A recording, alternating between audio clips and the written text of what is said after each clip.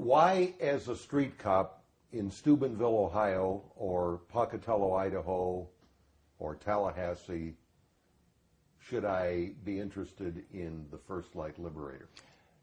Mainly it's the ease of use and the rewards that I'm going to gain with a minimal amount of training. That's not enough.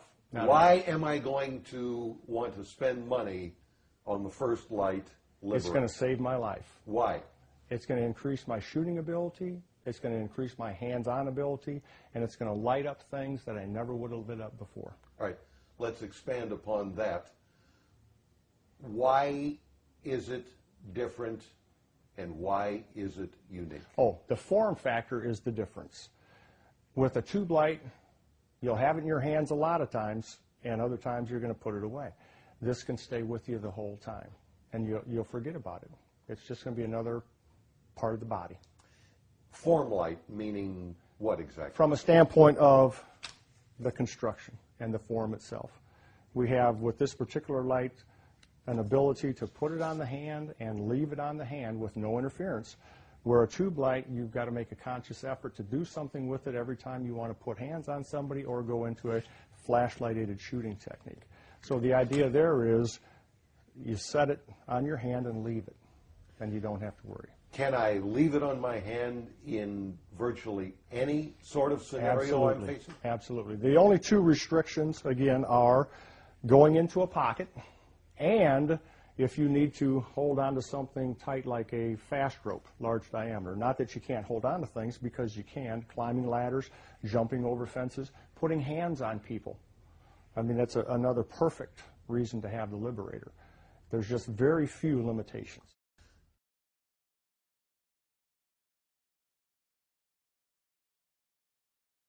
It looks funny. It does. It looks funny, and for some cops taking a look at this for the first time, they're going to say, well, how much can I manipulate it? Well, and that comes the question. As we actually start to put this light on, and the very first time you put it on, you're thinking, boy, that's just a little uncomfortable.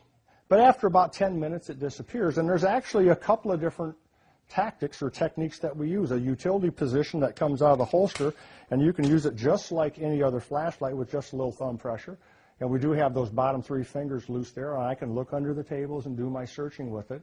If I thought something was coming, I'd go from the utility right away to the tactical position where you put it on the back of your hand and give it a little twist here to put it wherever you want it, and then we use this thumb pressure on the top of the hand.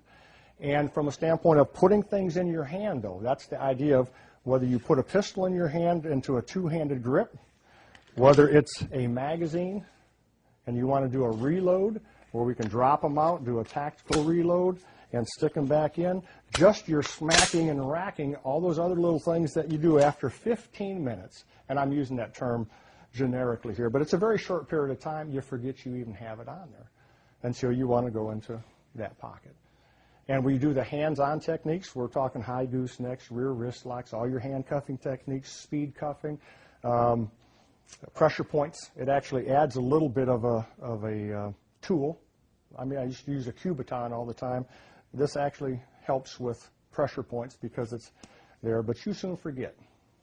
And there's really no issue with the comfort and with the ability to keep a grasp on folks. You had indicated earlier when we were chatting that, or was it Jeremy, that the use of the First Light in your research and opinion will carve off 2 to 3 seconds in the overall evolution of a critical incident response. Correct. Explain and whether that be hands-on, whether a guy is going to attack me physically with his hands, or whether that be with any type of a weapon, whether I have to go to the pistol or not. We always talk about deadly force and using a firearm, but the same thing goes with an ASP or any other tool that I may have available to me. But we look at firearms because that's a critical incident. So when we talk about just the grip and being able to keep the grip as we're shooting, you just don't lose the grip anymore like in the past where the hands would split. And then the idea that I don't have to do anything with the light or try to do that magazine change with something in my hand. Now I can do my smacking, my racking, I can lock the slides back, I can manipulate all these put them where I want to, and not have to worry about a control factor that you do with tube light. And that's what we see most in our scenario training, is that tube lights tend to fall around and fall to the floor when you're doing any type of a weapons manipulation, whether that be with the pistol or with the carbine, with the long gun. Tell me about situations you've experienced in the past as a younger cop, where you look back now and say, geez, I wish I'd had the first light Liberator. Well, it's just about every time I used a tube light. That was the case. Every time I'd go into a building search, every time I'd put hands on somebody, every time I'd do a DUI stop and have to demonstrate something, I'd have to put a light under my arm, in my mouth, which is kind of hard in the wintertime there. It gets stuck every once in a while. So we want to get it off the body into a place where as long as I can release it, I'm good to go. Almost every situation, whether it be opening a door, climbing, jumping over, getting in the car, getting something out of the trunk, charging and clearing your weapon. You know, just from a standpoint, I'm getting ready to do a building search, and I want to come up and do a press check. I want to drop a magazine to see how many rounds I have. It can be done without putting the light someplace else. So, actually, this little device we're looking at is revolutionary to an extent very much for so. law enforcement. Yes, it is, yeah. It's, again, in the form factor itself and the issues of being able to have it on your person and forget about it instead of making a conscious effort. Every time I get out of the car, I got to take a light. I used to have sap pockets in my pants, so I'd have a place to store them that was pretty easy that I could get it out of. But again, certain situations it wouldn't work.